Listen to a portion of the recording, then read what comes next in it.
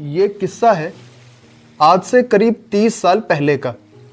नवंबर की एक सर्द रात थी और जगह थी चीन की राजधानी बीजिंग। आज करीब 30 साल बाद भी यह घटना पुलिस के लिए एक ऐसी पहेली है जिसकी गुत्थी में वो आज तक उलझी हुई है।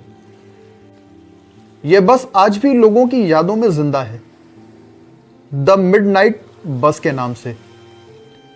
14 नवंबर 1995 की उस रात ठंड बाकी दिनों से कुछ अधिक थी।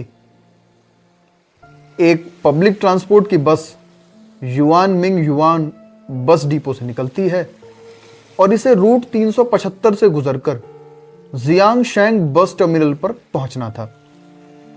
बस अपने तय वक्त पर टर्मिनल से निकली और हर स्टॉप से मुसाफिरों को बिठाते हुई धीरे धीरे आगे बढ़ने लगी। इस तरह धीरे धीरे बस ने लगभग 2/3 सफर तय कर लिया और अब लगभग आखिरी के 7-8 बस स्टॉप ही बचे थे। इसी बीच एक स्टॉप पर बस रुकती है और इसमें 4 लोग सवार होते हैं। इसमें एक कपल था, एक बुजुर्ग औरत थी और एक नौजवान लड़का था। ध्यान रखिएगा, एक कपल, एक बुजुर्ग औरत और एक नौजवान लड़का। इस स्टॉप के बाद अब बस में कुल 6 लोग थे। एक ड्राइवर, एक कंडक्टर, एक कपल, एक बुजुर्ग औरत और एक नौजवान लड़का। खाली सड़क पर बस तेजी से आगे बढ़ने लगती है। सड़क पर सिर्फ बस और उसके इंजन का ही शोर था। क्योंकि यह सड़क शहर के बाहरी हिस्से में था, ऐसे में रात में इस सड़क का सुनसान होना बड़ी आम सी बात थी। बस और आगे बढ़ी और ठीक 2 स्टॉप बाद इसमें 2 लोग सवार हुए। वो लोग काफी अजीब थे, इतने कि उनके सवार होते ही बस की पूरी फिजा बदल गई। एकाएक बस का वातावरण कुछ भारी सा हो गया। वो दोनों लोग बस में चढ़े और बस के सबसे आखिरी वाले सीट पर बैठ गए। पर जैसे ही वो अपनी सीट पर बैठे, सबने गौर किया कि वो 2 नहीं बल्कि 3 लोग थे। देखकर ऐसा लग रहा था कि उन दोनों लोगों ने दोनों तरफ से सहारा देकर किसी तीसरे व्यक्ति को थाम रखा हो। बस आगे बढ़ गई और फिर बस में बैठे सभी लोग अपने अपने ख्यालों में डूब गए, सिवाय एक शख्स के, और वो थी वो बुजुर्ग महिला। उस बुजुर्ग महिला का ध्यान रह रहकर उन 3 मुसाफिरों पर जा रहा था जो अभी पिछले स्टॉप पर ही चढ़े थे। सबसे पहली चीज थी उनका चेहरा, जो काफी गौर करने पर भी साफ साफ दिखाई नहीं दे रहा था। दूसरा था उनका पहनावा। जैसे कपड़े उन्होंने पहने थे वैसे कपड़े उस दौर में खोजे नहीं मिलते थे। ये कपड़े कुछ वैसे थे जैसे कई दशक पहले चीन के गांव में लोग पहना करते थे और इन कपड़ों को चलन से बाहर हुए कई दशक बीत चुके थे। साथ ही उनके बस में चढ़ने के साथ ही एकाएक बस का माहौल कुछ भारी सा हो गया। अभी वो औरत सोच में ही थी, तभी अगला स्टॉप आ गया और आगे की सीट पर बैठा वो कपल बस से उतर गया। तो अब बस में बचे थे ड्राइवर, कंडक्टर, एक नौजवान लड़का, वो बुजुर्ग औरत और वो 3 अजीब लोग जो अभी अभी पिछले स्टॉप पर ही चढ़े थे। बस फिर आगे बढ़ जाती है। इसके साथ ही महिला का ध्यान हटकर उस नौजवान लड़के की ओर चला जाता है जो उसकी ठीक अगली सीट पर बैठा था। वो उसे एकटक घूरने लगती है। पर अब उस महिला के चेहरे का तनाव और अधिक हो चुका था। कुछ देर तक इधर उधर देखने के बाद वो एकाएक चिल्लाने लगती है। कहती है, मुझे मेरा पर्स चाहिए, तुम्हें शर्म नहीं आती चोरी करते हुए? यह शोर सुनकर कंडक्टर पीछे की ओर मुड़कर देखती है और पाती है कि वो महिला उस नौजवान लड़के का हाथ पकड़ने की कोशिश कर रही है और बेतहाशा उस पर चिल्ला रही है। पहले तो लड़के को कुछ समझ नहीं आता, वो हक्का बक्का होकर उस महिला को देखता रह जाता है। पर फिर थोड़ी देर में खुद को संभालने के बाद वो जवाब में कहता है, मैंने कोई चोरी नहीं की, आप क्या बकवास कर रही हैं। शोर सुनकर कंडक्टर तेजी से पीछे की ओर आती है और उस महिला से पूछती है, आखिर क्या बात है। और जवाब में वो बुजुर्ग महिला कहती है, इस लड़के ने मेरा पर्स चुराया है, जल्दी बस रोको, मुझे पुलिस में शिकायत करनी है। अंत में उस बुजुर्ग महिला के शोर शराबे से परेशान होकर कंडक्टर जल्दी से ड्राइवर को बस रोकने के लिए कहती है। इसके बाद ड्राइवर अगले स्टॉप पर बस को रोक देता है और वो महिला उस नौजवान लड़के को लेकर बस से नीचे उतर जाती है। इसके बाद बस अपनी मंजिल की ओर बढ़ जाती है और अब स्थिति यह थी कि वो नौजवान लड़का और वो बुजुर्ग औरत अकेले उस बस स्टॉप पर खड़े हुए थे। आसपास देखते हुए वो नौजवान लड़का बड़े गुस्से में उस महिला से कहता है, कहाँ है पुलिस स्टेशन। इसके जवाब में वो औरत बड़े शांत भाव से कहती है, बेटा मुझे पता है यहाँ आसपास कोई पुलिस स्टेशन नहीं है। यह सुनकर लड़का और गुस्से में आ जाता है और कहता है, क्या मतलब।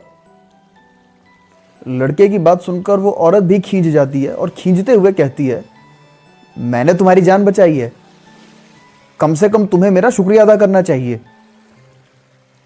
यह सुनकर लड़के का गुस्सा 7वें आसमान पर चला जाता है और गुस्से में वो कहता है, कब से मैं आपकी बकवास सुन रहा हूं, तुमने कैसे मेरी जान बचाई है, और यह आखिरी बस थी, तुमने वो भी छुड़वा दी, अब मैं कैसे घर जाऊंगा।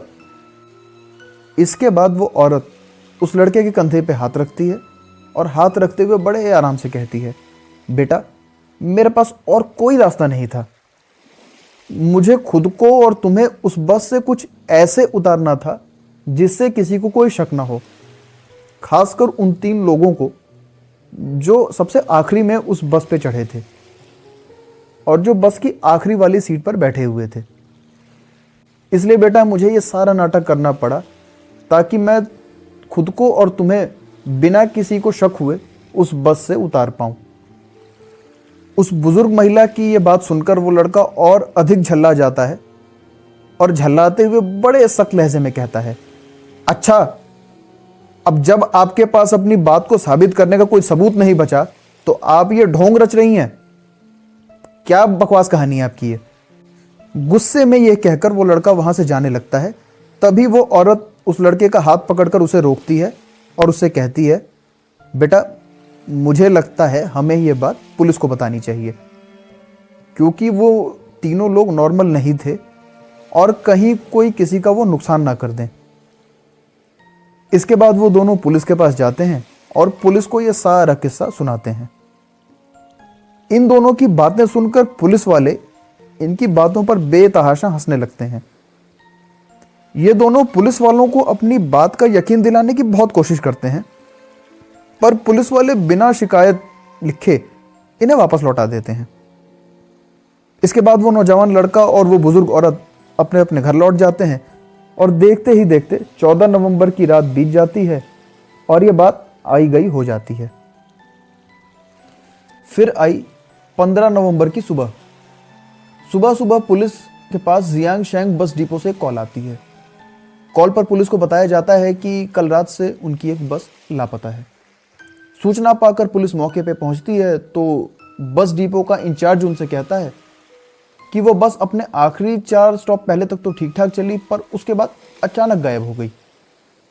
इसके बाद पुलिस बीजिंग के सारे पुलिस थानों को खबर पहुंचा देती है। लापता बस की खबर जब उस पुलिस थाने में पहुंचती है जहां पिछली रात वो नौजवान लड़का और वो बुजुर्ग औरत गए थे, तो पुलिस वालों को अचानक पिछली रात का सारा किस्सा याद आ जाता है, जब एक नौजवान लड़का और एक बुजुर्ग औरत एक बस में 3 अजीब लोगों के होने की बात उनसे कह रहे थे। क्योंकि पुलिस ने पिछली रात उन दोनों के नाम और पते नोट कर रखे थे, तो ऐसे में दोनों को खोजने में उन्हें ज्यादा समस्या नहीं हुई। इस बार दोनों को बुलाकर पुलिस ने गंभीरता से पूछताछ की और पूछताछ में दोनों ने फिर वही किस्सा दोहराया। जल्द ही बस के लापता होने की खबर भी मीडिया तक पहुंच गई और साथ ही लीक हो गया चश्मदीदों का बयान। अगली शाम तक हर अखबार और हर न्यूज़ चैनल के मुख्य खबरों में उस बुजुर्ग औरत और उस नौजवान का बयान था। खबर मीडिया में पहुंचने के साथ ही पुलिस पर दबाव बढ़ गया। इधर मीडिया बार बार उस औरत और उस लड़के के बयान को दिखा रही थी, वहीं उधर पुलिस वालों को कोई सुराग नहीं मिल रहा था और उन पर दबाव हर बीते लम्हे के साथ बढ़ता जा रहा था। पुलिस को समझ ही नहीं आ रहा था कि आखिर इस मामले को सुलझाया जाए तो कैसे। फिर 16 नवंबर की दोपहर एकाएक पुलिस के पास एक खबर आती है कि एक बस जियांगशैंग बस डिपो से करीब 100 किलोमीटर दूर फ्रेग्रेंट हिल्स के पास नदी में मिली है। खबर पाकर पुलिस तुरंत मौके पर पहुंचती है और पुलिस पाती है कि नदी में मिली बस वही बस है जिसके गायब होने की खबर उनके पास बस डिपो से आई थी। यह वही बस थी जिसमें उस रात वो नौजवान लड़का और वो बुजुर्ग महिला सवार थे। बस में से कुल 5 लाशें निकलती हैं, एक ड्राइवर की, दूसरी कंडक्टर की और उन 3 लोगों की जिनके बारे में वो बुजुर्ग औरत और वो नौजवान लड़का 14 नवंबर की रात पुलिस को बता रहे थे। लाशें देखकर पुलिस और डॉक्टर दोनों सहम जाते हैं। ड्राइवर और कंडक्टर की लाशें तो ठीक हालत में थी, पर उन 3 लोगों की लाशें देखकर ऐसा लग रहा था जैसे उनकी मौत काफी पहले हुई हो। उनकी लाशें लगभग डिकम्पोज होने की हालत में पहुंच गई थी। डॉक्टर का मानना था कि उनकी मौत काफी समय पहले हो चुकी है, जबकि यह चीज असंभव थी क्योंकि ये लोग तकरीबन 40 घंटे पहले खुद ही चलकर बस में सवार हुए थे और नवंबर के ठंडे महीने में सिर्फ 40 घंटे में लाशों का इतना ज्यादा खराब होना नामुमकिन सी बात थी। जबकि उनके साथ मिले कंडक्टर और ड्राइवर की लाशें काफी बेहतर हालत में थीं और साथ ही लाशें थी भी पानी के अंदर। ऐसे में इस बात का कोई तुक ही नहीं बनता था कि लाशें पानी के भीतर इतनी ज्यादा खराब हो जाएं और वो भी सिर्फ 40 घंटे में। डॉक्टर की बात पर मुहर तब लग गई जब फॉरेंसिक्स ने इस बात की पुष्टि कर दी कि वो तीनों लाशें कम से कम 5-6 महीने पुरानी हैं। इसके बाद एक चीज और ऐसी हुई जिसने पुलिस का सर और अधिक चकरा दिया। पुलिस ने जब पता करना चाहा कि आखिर ये बस 100 किलोमीटर दूर तक पहुंची कैसे, तो डिपो से उसे जवाब मिला कि बस में ज्यादा से ज्यादा इतना ही फ्यूल होता है कि वो 20-30 किलोमीटर ज्यादा चल सके। ऐसे में इतने कम फ्यूल के साथ 100 किलोमीटर तक जाना लगभग नामुमकिन सी बात थी। साथ ही इसमें डीजल ड्राइवर या कंडक्टर खुद नहीं भरवा सकते हैं। इस बस को डीजल सिर्फ और सिर्फ सरकारी पंप से ही मिल सकता था।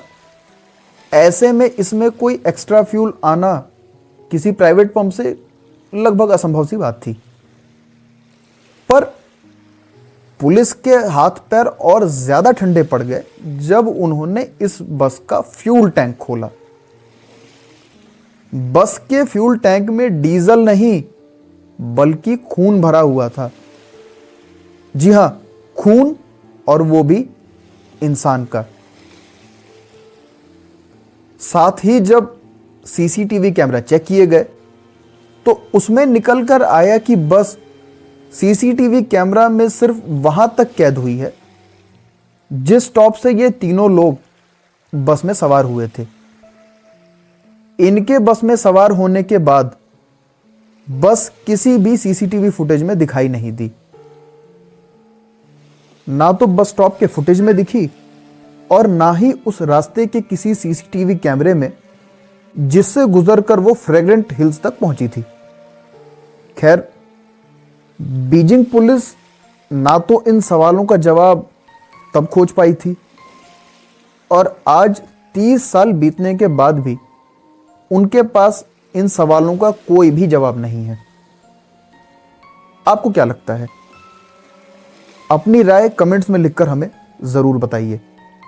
तब तक के लिए शब्बा खैर।